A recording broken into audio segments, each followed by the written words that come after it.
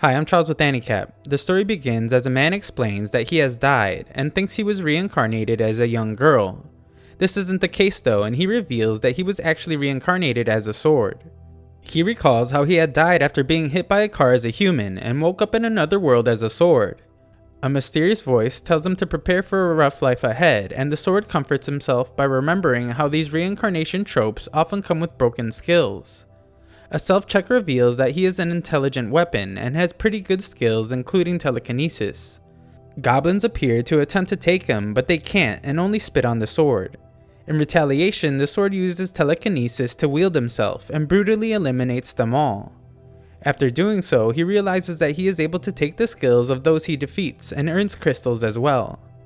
Further testing reveals that cutting through the crystals of his enemies are what get him the skills.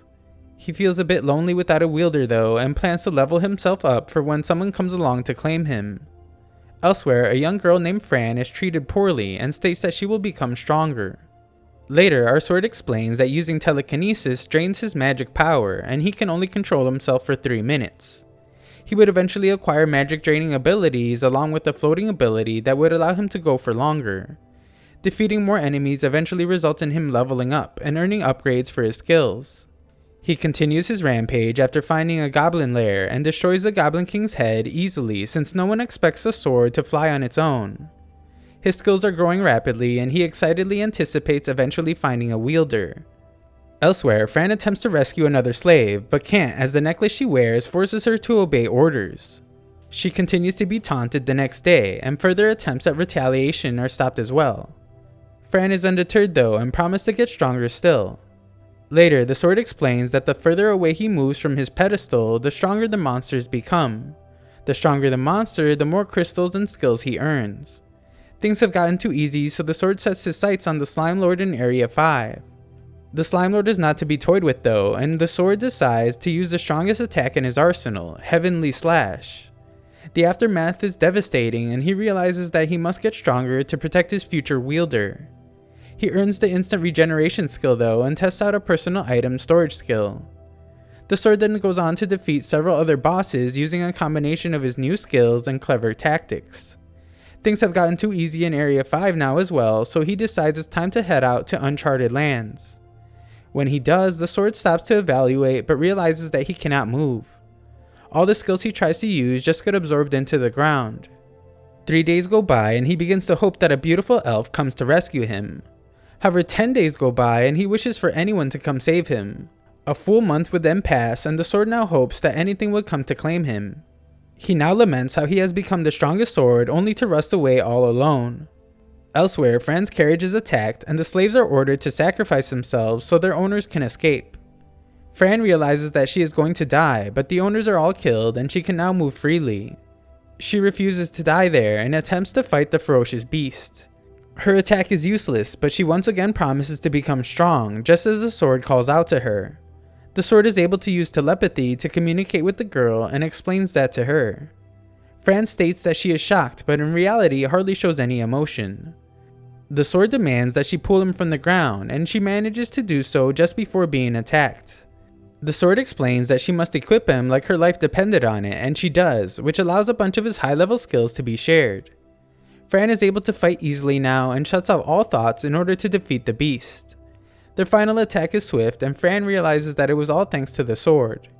He tells her not to put him back into the ground, but Fran fears he will only be taken from her by her owner. The owner approaches, retaking control of her collar, and demands she give him the sword. He reminds her of the contract she agreed to, but the sword nullifies it by breaking the owner's neck using telekinesis. The sword is free to move again and Fran is free of her collar. The sword wants her to be his wielder, but explains it will be very dangerous for her.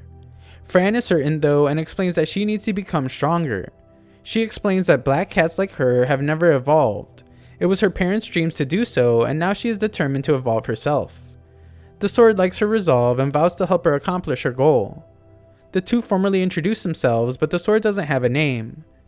He allows Fran to name him, and she decides on teacher since he plans to help her learn to evolve. It is then explained that beast people take great pride in becoming stronger through evolution. Fran's parents took her on their journey to evolve, but they fell short as no black cat has ever evolved. Fran now sets out to fulfill their dream, and teacher explains that she actually has a knack for battle. With just a little bit of teaching, she is able to pick things up very quickly. More importantly though, she is very nice to teacher and he vows to help her achieve her goal. Fran senses something nearby and immediately goes to help people under attack. With teacher's help, Fran takes care of the goblins and he tells her never to reveal that he is the talking sword since she is the only one that can hear his telepathy. The guard named Randall offers to give them a ride into town, and it's clear to our pair that he really just wants her to protect him. On the way, Randall explains that some trouble on the Great Wolf Plain has monsters all riled up. He assumes stronger monsters fighting is what has caused the weaker ones to gather near roads. This is also the area where stories say that the S-rank monster Fenrir died. Randall compliments her on being able to take out the goblins and assumes she must be at least an E-rank adventurer. He explains that adventurers are given ranks from G to S, and the higher tier ones are very famous. All someone has to do is register at the Adventurers Guild. The guild will also buy goods earned from slaying monsters, and Fran becomes excited to earn some cash. However, someone in the carriage thinks about how it would be impossible for a black cat to ever become an adventurer. The next day, they finally arrive at Elisa, and some townspeople state how silly it is for such a small girl to be carrying such a large sword. Teacher notices all the swords, but boasts about how none could compare to how strong he has gotten. However, a quick check with his analyze skills shows that they are all much stronger than him. Fran reassures him that he is still very special to her though, and the two head to the guild. At the guild, Nell the receptionist is having a bad day and thinks about how she wishes everyone would just die. She reminds herself to calm down and is met by Fran. Fran explains that she wants to become an adventurer, but Nell thinks about how a child wouldn't last 5 minutes and attempts to deny her. Nell states that she would have to fight their examiner in a mock battle and will have to risk injury. Fran persists though, so Nell determines that the child will have to learn a hard lesson and takes her to meet the examiner, Donadrand. Nell is surprised to see that Donadrand's intimidation skill that usually scares away the weak does not affect Fran at all. Teacher analyzes him to see that he is incredibly strong and has an attack power of 650. Donadrand explains that he never holds back, and teacher points out how this will be their toughest opponent yet. The test begins and Donadrand begins his assault. His attacks are forceful and relentless, so Fran can only manage to dodge. Fran refuses to just keep running away, and teacher puts a buff on her to improve her attack power. With improved strength and agility, Fran manages to cut Donadrand, but he states it won't be enough as he begins to heal. She badly wants to become an adventurer though, and teacher uses a combination of earth and fire spells to deal massive damage. Nell is amazed at how Fran is able to use multiple spells without an incantation, and Fran goes in for a final blow. It's a Dragon Fang attack that decisively ends the fight, and Nell is once again surprised to see that Fran built up one attack while also using other spells. She believes Fran must have 2 brains and points out how she has never seen even high-rank adventurers fight like that. Afterwards, the guildmaster Klimt wonders how a 12-year-old is capable of such fighting prowess, but she refuses to tell. Teacher had told her to keep everything a secret since telling people might expose their weaknesses. Klimt attempts to use an identify skill to reveal her secret, but they have an identify protection skill. Klimt decides to let her become an adventurer and explains that spirits are able to identify any ill intentions someone may have, but they are calm at the moment. She is then asked to pick a class. Classes give different skills and abilities, and everyone is shocked to see all the classes she can choose from. Teacher wonders if he has shared too many skills with her, and she decides to pick the Spellsword class. She's given her guild card, but they quickly realize they will need money for a room. Teacher tells her to pretend she is pulling from her item bag when she is really using the pocket dimension skill and releases several goods. They only sell the low and mid-rank materials though and decide to save the good stuff. This still results in them receiving a 195,000 gold payout. Some other adventurers then try to accuse her of doing underhanded things to earn the money since that is the only way a black cat could do it. They assume she must have made a shady deal with Nell, but Nell intervenes. She explains that Fran's materials were perfectly handled and properly butchered. That is the reason they earn so much more than everyone else. Nell wishes they would all just die and they attack her, but Fran stops them. Teacher explains that she shouldn't stab them inside the guild, but the dogman continues insulting Fran and his feet end up getting cut off. Teacher isn't even sure what happened, but Fran explains that she combined 2 skills to do it without even unsheathing Teacher. He is amazed by her progress and she uses a skill that does internal damage to finish the rest. Nell states that it was all in self-defense, and the two head out to buy some gear. However, as they leave, a man explains that his godsight skill sees through everything, and he can tell that she has an intelligent weapon. On their way to buy gear, teacher explains that Fran is an adventurer now and needs some good defensive equipment. Elisa is home to a highly skilled blacksmith, and a man states that she should visit his store for some armor. Analysis reveals that he is an honorary blacksmith, and teacher wonders if he is the one he heard of. They cautiously go with Garrus, and onlookers think about how much of a waste it would be for him to give her gear. Garrus explains that he witnessed her fight at the guild, and he only sells stuff to adventurers that he deems worthy. Fran then tries on some high quality gear that Garrus only charges 150,000 gold for. The items are discounted because they were commissioned by someone who failed to return from the dungeon. Teacher notices that everything there is stronger than him, but Fran reassures him once again. However, they are shocked when Garrus states that he knows she wields an intelligent weapon. He explains his godsight skill and points out how strong her sword is. Garrus can also tell that teacher is able to speak telepathically, and Fran thinks that they can trust him. Teacher can't believe when Garrus states how strong of a sword he is, since there are several stronger swords in the shop. However, Garrus explains that there are more important things than attack power. He has Fran imbue teacher with 100 mana, and they easily destroy a sword with much higher attack power.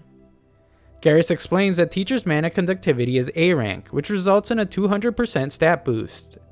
If Fran were to imbue him with 1000 mana, then teacher could achieve an attack stat well over 2000. Fran says she never doubted teacher was powerful, and the two share a moment. Teacher explains that he doesn't know who created him, and Garrus states that it must have been a divine blacksmith.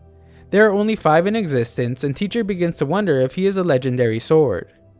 Garrus points out that there aren't many of them, and he has only seen one before. Teacher then brings out some D and C rank materials, and Garrus says he can make Fran better gear with them. He accepts any leftover materials as payment, but explains it will take a month to make. Afterwards, another store owner brings them into her store, and has Fran pick out some normal clothes. Their last stop is to find some food and spices for their journey, and they head to the general store. The owner is a retired adventurer, and he allows them to look around. They find all they need to make some decent food and head to an inn for the night. It's just a normal room, but Fran explains that she has never been in such a comfortable room before. She is grateful for all the amazing things that have happened since meeting teacher, and he promises to protect and look after her until the day she evolves. Later, teacher uses the spices to make fried chicken, and Fran thinks it's delicious. They plan to begin questing the next day and have a strategy meeting. With their current level and equipment, teacher believes they will need good recovery skills to take on higher level characters and monsters. The meeting is cut short though, as Fran falls asleep and dreams about becoming stronger with teacher. The next day, the pair set out to gather herbs, and teacher explains that G-rank adventurers get stuck with these mundane tasks. Teacher assumes that Fran is enjoying herself on the quest, but he is wrong. They hear fighting in the distance and investigate to find several goblins attacking a trio. Fran jumps into battle and points out how things are heating up. Teacher can't blame her for getting fired up, but Fran points out that she meant the forest is on fire. Teacher wants to use earth magic instead of fire now, and the two begin their fight against the goblins.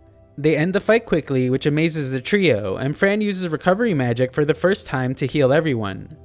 The group want Fran to loot the goblins, and they only now realize that the goblins are of a higher level than usual. One of the men thinks that's a precursor to a goblin stampede, and it is explained that that means there is a high chance that the Goblin King is around. An army of goblins led by a king has a threat level of D. However, the king and queen's offspring will all be hobgoblins. They all have the ability to level up, and their growth rate is alarmingly fast. Their threat level will become a C, and they will invade human territories in search of food. Just then, they realize one goblin was left and eliminate it, but determined that it was too late since it already called for backup. Fran tells everyone to leave, and when teacher expresses concern, tells him that taking on a bunch of goblins will be good training. Their opponents are tougher than expected, but Fran credits her new armor for keeping her from being harmed. After defeating a few goblins, Fran reaches level 6. The fight becomes more difficult, but she eventually reaches level 8. Goblins continue to appear though, and teacher believes that there are too many. It's clear that they are beginning to coordinate their attacks, and teacher decides that they should retreat for the time being. Before they can escape, Fran is struck by an arrow, but she explains that she can still fight. Teacher is stunned by her determination, and she exclaims that she will never back down. Thanks for watching part 1. Future parts will be linked in a pinned comment below.